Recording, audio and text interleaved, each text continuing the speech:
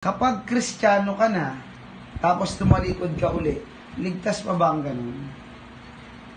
Walang Kristiyanong tumatalikod. Nagkakasala, pero walang tumatalikod.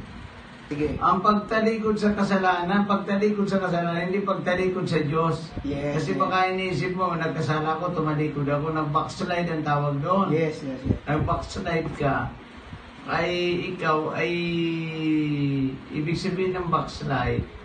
Pag tinawag kasing backslider, ay wala pa sa kanya ang Diyos. Narinig niya lang ang salita ng Diyos. Backslider people ang tawag dyan.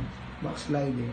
Pero pag ikay anak ng Diyos, ay hindi backslider ang tawag dyan. Nagkasala at on the spot, ikikare ka ng Diyos para ikay makabalik.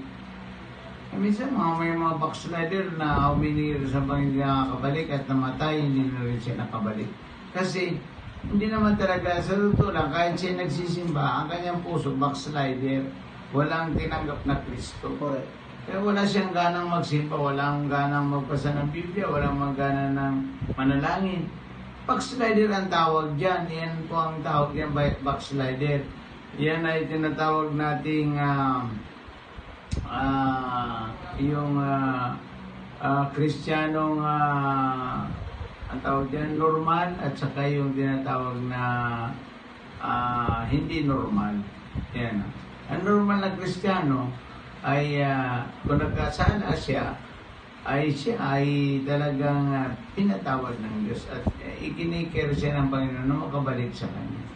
Yan ay mabasa natin doon sa 1 chapter 3 verse 9 to 10.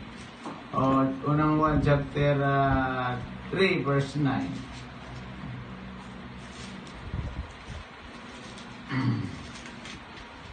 Makikita natin yan doon. Unang 1 chapter 3, verse 9. Ayan, basahin natin ito. Ayan, 1 John chapter 3 verse 9, sabi niya dito, ang mga anak ng Diyos ay hindi nagpapatuloy sa pagkakasala sapagkat mananatili sa kanila ang bining mula sa Diyos. At dahil ang Diyos ang ama nila, hindi sila maaaring magpatuloy sa pagkakasala. Ayan, no? Maliwanag. Kaya ang anak ng Diyos ay hindi maaaring makapagpatuloy na sa kasalanan sapagkat siya may binhing galing sa Diyos.